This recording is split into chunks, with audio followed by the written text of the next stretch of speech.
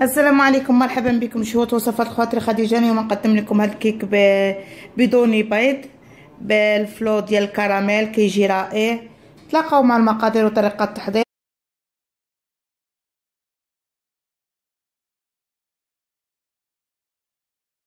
المقادير كنحتاجو هنايا 4 تفاحات متوسطه الحجم، ساشيه ديال فانيلا ما يعادل 8 غرام، 2 ساشيه ديال بيكون باودر خميره ديال الكيماويه ديال الحلويات ما يعادل 15 غرام، 100 غرام ديال السكر خاشن، 100 غرام ديال السكر نباتي، 2 علب من فلو ديال كريم كراميل، قبصه ملح. هنا عندي 190 غرام ديال الدقيق واللوز فيلي للتزيين. كنحتاج كذلك هذا المول هذا ديال لاطارت، ولا ما كانش عندكم هذا تقدروا تعملوا المول عادي. انا بغيتها تجيني شويه هابطه، بغيتها تجيني عاليه. كناخذ خلاط كهربائي كنوضع فيه العلب ديال الكريم كراميل من التحت 2، ولا تقدروا تعملوا غير علبه واحده لان ما فيهاش البيض. انا نعمل فيها 2 علب بحال ما هكا. وتزيدوا لا عملتوا على علبه زيدوا السكر، عملوا 150 غرام، وزيدوا كذلك الزيت، عملوا 150. كنعمل السكر، نعمل كذلك الزيت نباتي،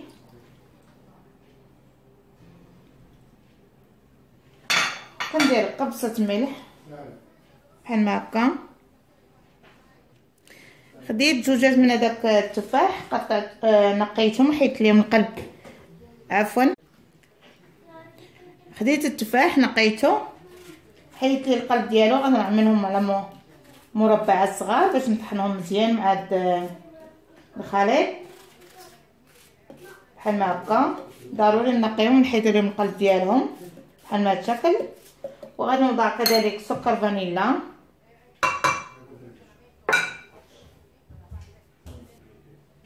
دابا غادي نطحن الخليط مزيان ونتلاقاو من بعد.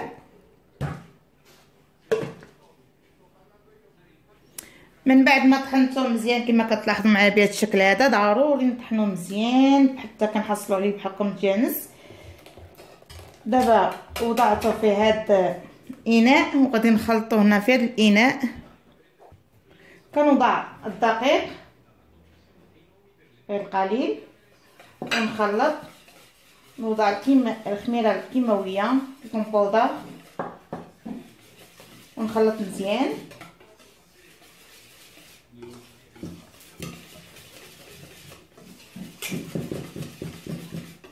بحال هذا الشكل. غادي نوضع خليط اخر،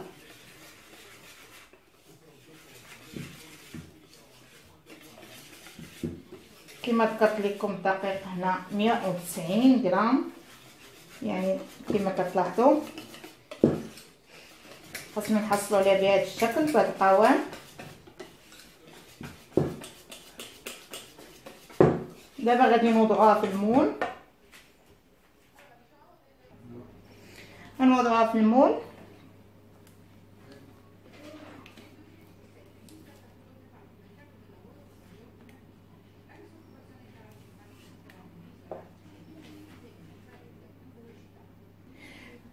كناخذوا دوك التفاحات اللي خلينا 2، كنحيدوا ليهم القلب ديالهم من هكا من الوسط عادي بالسكين بحال ما هذا الشكل، يعني نحيدوا غير شويه وكنعملوهم على شكل شرائح مغلاض مرقع بحال ما هذا الشكل. كنخليهم بالقشره ديالهم كما ديجا انا عملتهم بحال ما هذا الشكل، وكنطبقهم فوق من الكيك بحال ما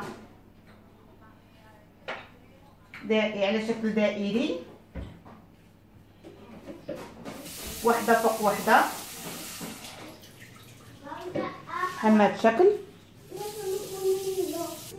من بعد ما كنطبقوا التفاح بحال ما هذا الشكل، في الوسط كنعمل لوز فيلي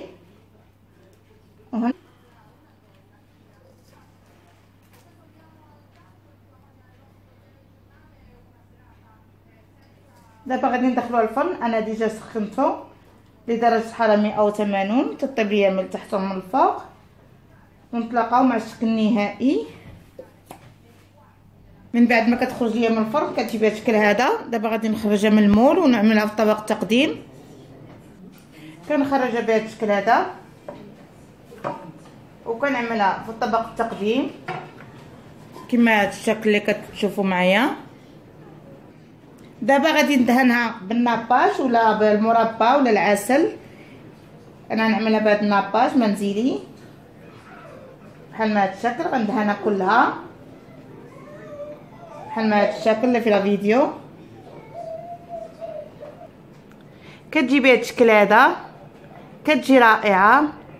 الا عجبكم لا فيديو ما تنساوش بارطاجيو وتعملوا الاشتراك في القناه تاعي. تابعوني على صفحتي على الفيسبوك على شهوة وصفات خواتري خديجه. والى اللقاء مع وصفه جديده ان شاء الله.